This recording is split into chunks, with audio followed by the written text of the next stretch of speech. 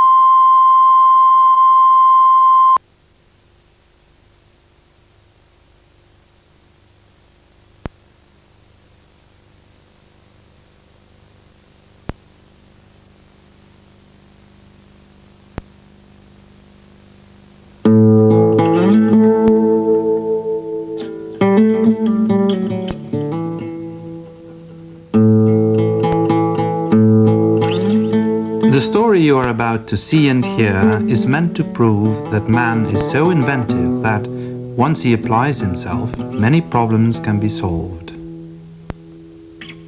Take for instance the Republic of the Sudan. This, the largest country on the African continent, has a population of over 20 million people.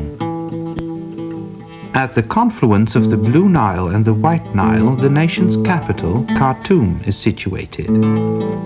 Once away from the scarce roads and tracks, camels are still an important means of transport. The backbone of the Sudanese economy is the cultivation of cotton.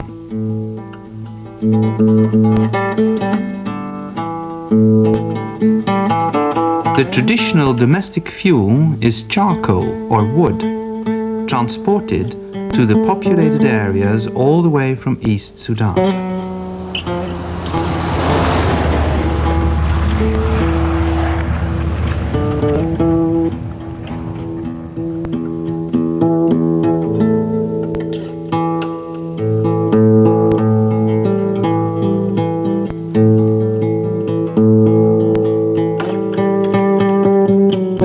Quantities of wood needed for households and bakeries in the towns cause widespread deforestation. It is therefore expected that, unless an acceptable substitute is introduced, the greater part of the Sudan will become a desert within the next 20 years.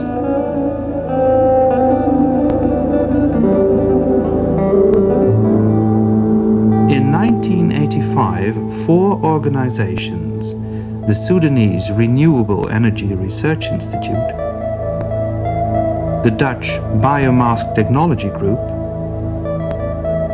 the Industrial Development Organization of the United Nations, and the Dutch government pooled their efforts. The result? An alternative household fuel, charcoal from cotton stalks.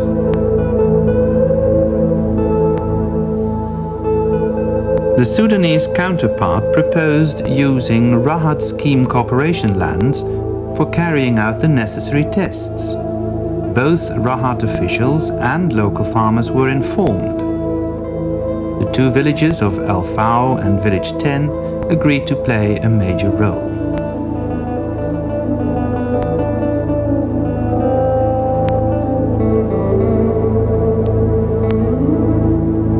The operation started with the uprooting of the cotton stalks. For this work, a traditional tool, the kamasha, is used.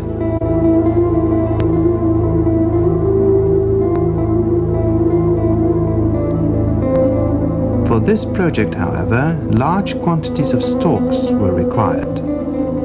To secure the delivery of the stalks at the sites on schedule, the uprooting was also carried out by hand.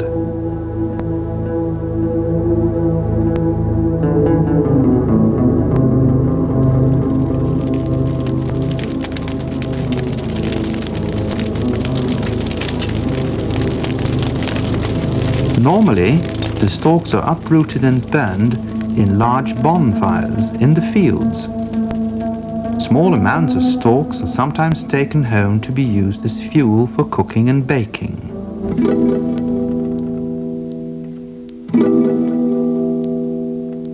A local workshop at Alfao was ordered to manufacture the charcoal kilns.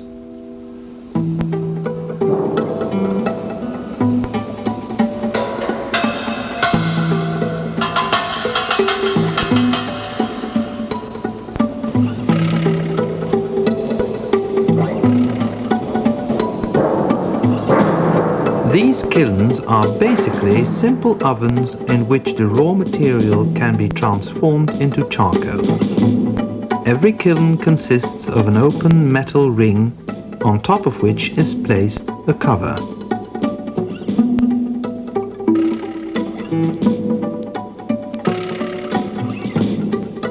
The open ring of the kiln is made from empty drums, which need to be cut and flattened. Open rings are then made from the drum metal. Angle iron strengthens the top and bottom.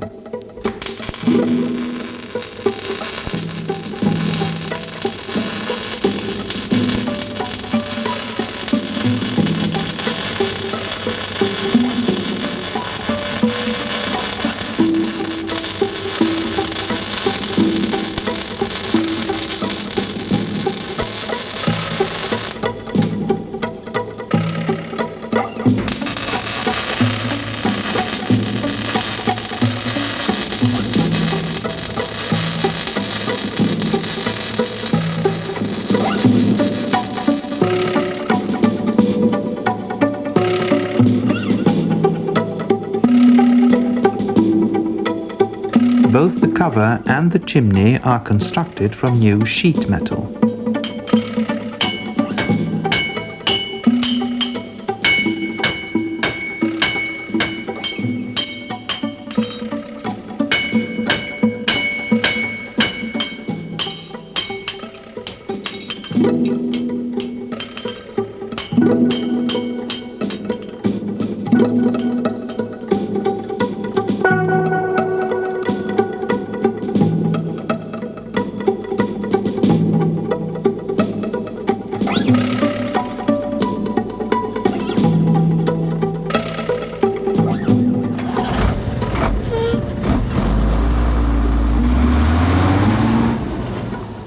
A lorry from the Rahat Corporation transports the kilns to the selected sites near village 10, some 20 kilometers away.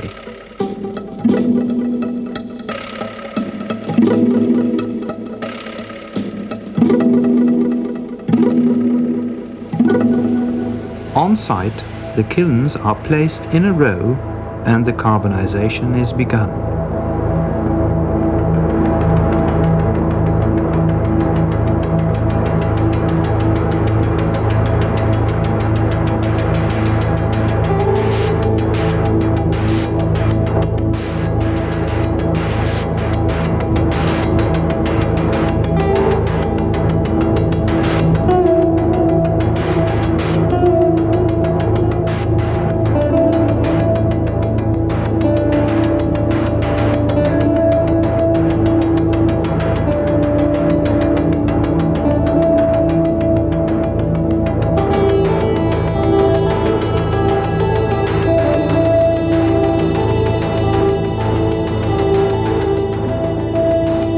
Clay, made of earth mixed with water, is used to seal the top of the kiln to reduce the draft.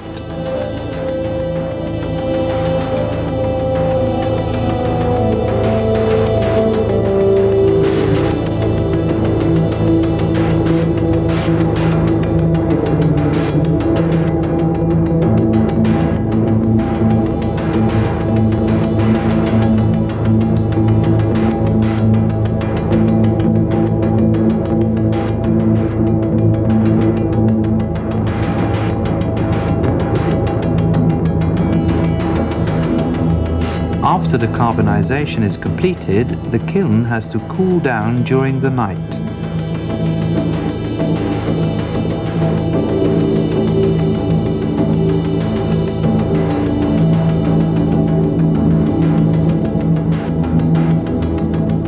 The next morning, the kiln is removed and the cotton coal is put in large sacks, which are otherwise used to store cotton.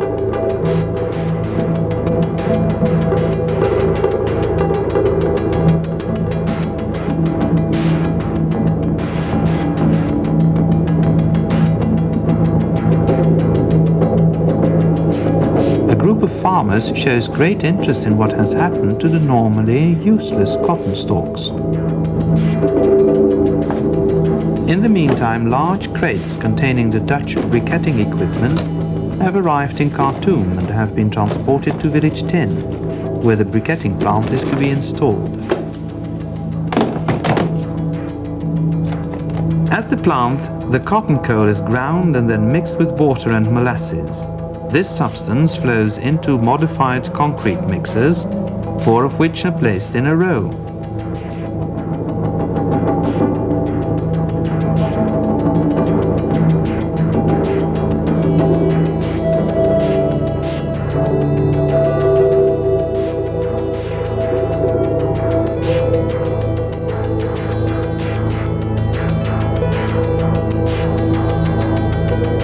In the mixer, the material agglomerates and quickly forms hundreds of small balls. The balls, each some 3 centimeters in diameter, are spread on large drying tables, and the moisture evaporates within 24 hours.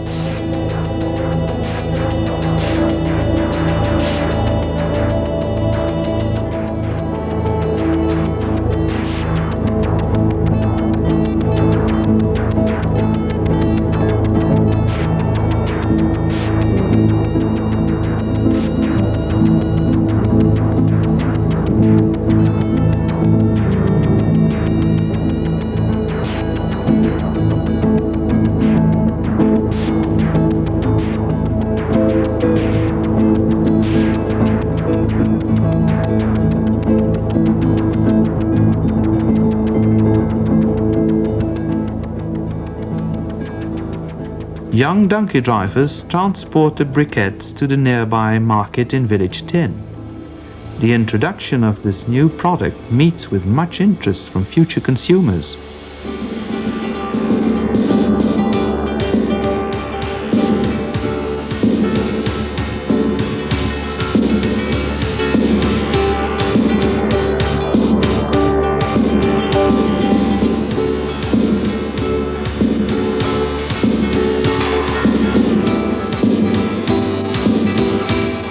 A Sudanese monitoring team demonstrates the use of these cotton coal briquettes, which prove to be an excellent and competitive domestic fuel.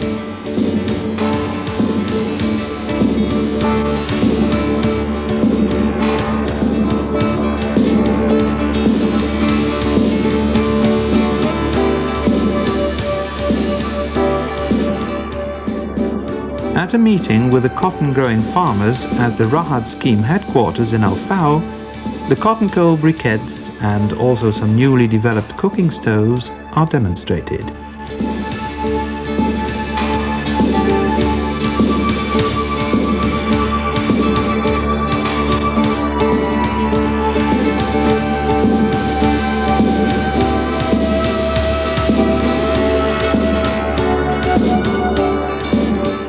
After the successful completion of the field tests, several loads of the new fuel are dispatched to Khartoum for introduction at the fuel markets.